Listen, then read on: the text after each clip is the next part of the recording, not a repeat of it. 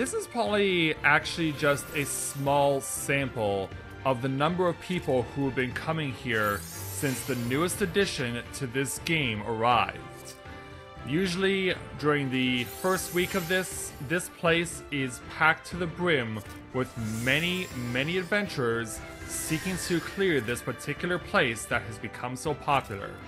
And so, even though I haven't had the chance to come here yet and actually partake of the particular challenge, it's certainly crazy to see how many people are willing to come out here to take a crack at the new challenge.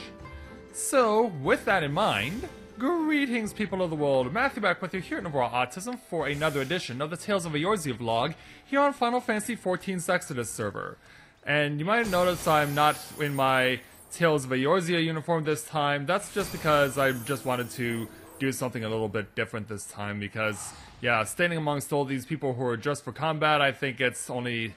making sense that I should do the same thing. So, yeah, Heaven on High has definitely been getting a lot of attention. In fact, what we've now been able to establish in our free company is that Skyla has taken it upon herself to get the creation of a raid group for going into Heaven on High. So anyone who's interested in coming here and taking on the challenges within only needs to talk to her and be able to go on the journey into the place. She's been able to get her current character leveled up to the point where it can be able to go in here and do what needs to be done in this place. And I've definitely heard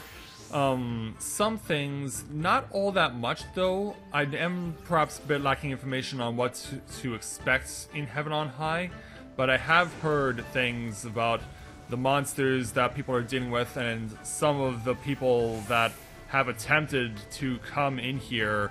have felt like they've been trolled by people. And we've seen quite a number of comments from members of our free company who attempt to do Heaven on High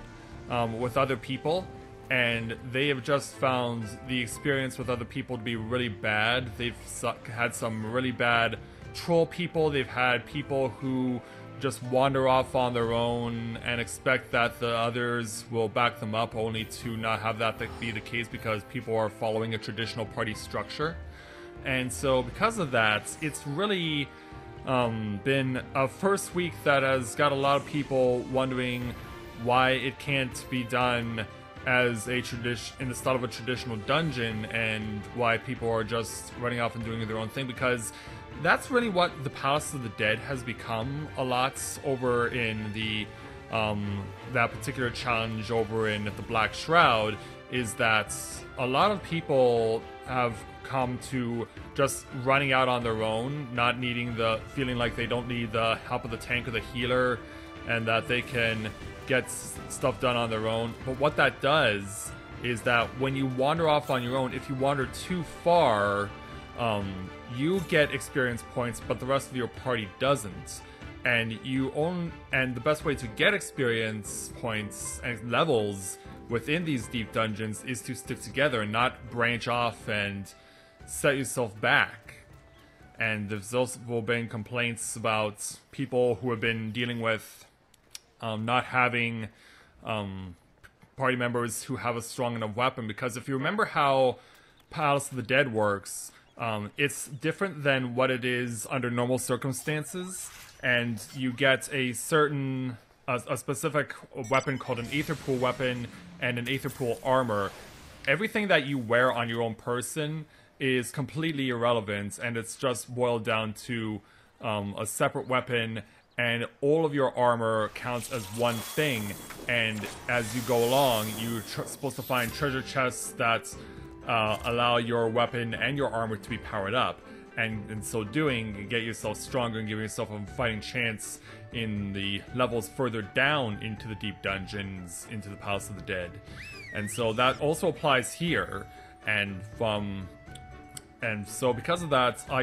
I'm thinking that because a lot of people were used to having such strong weapons and armor from the Palace of the Dead runs, that they could go off and branch off on their own and not have to worry about whether the tank or the healer needed them. They've taken that mentality and they brought it over here to Heaven on High, where that mentality is getting them a really bad reputation, and it's getting them into a situation where they're getting called out for it, even though their mindset is still stuck in Palace of the Dead, when it should be Heaven on High, and people need to be working together as a party to be able to get through the various challenges that exist around here, because without it, you're not going to get very far. And it's only 30 floors as opposed to 50 for the initial clear for Heaven on High, as opposed to Palace of the Dead, so like there's no reason why people should not be making a concerted effort to be able to work together and help each other, because they know that it needs to be done, or else there's no way of succeeding in this new place. So people really need to get it figured out and realize that, yeah, you do need your fellow party members to stand a chance around here, or else you're not going to make it. I mean, even though, like I said, even though I have not yet had the opportunity to take a foray into here, from what I've heard from other people, there's definitely a disconnect between the mindset of this place and the mindset used in Palace of the Dead. And so that has to change if people are really going to be able to get far into this place. And so that has to definitely happen sooner rather than later. So that's the main thing that I really wanted to talk about following this first week of having patch 4.35 in Heaven on High. Something else I would like to discuss, though, that I also feel is really important, and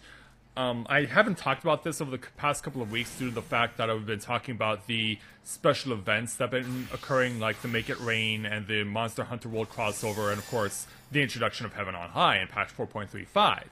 is the fact that a few weeks ago we were very fortunate to have a person join our free company who has made, as far as fan support is concerned, one of the greatest contributions, and I would go so far as to say the greatest fan contribution ever to my channel. And that would be someone who, if you follow my Eternal Sonata Let's Play, this name might be familiar to you. Ilsanth here. Ilsanth Longqua is the name that he's chosen to use here in game. He's known by his handle Ilsanth Amaranthine. And what Ilsanth did in my Eternal Sonata Let's Play was that he was so impressed by the game that during the duration of it, he created a fan fiction and has created his own original character and had it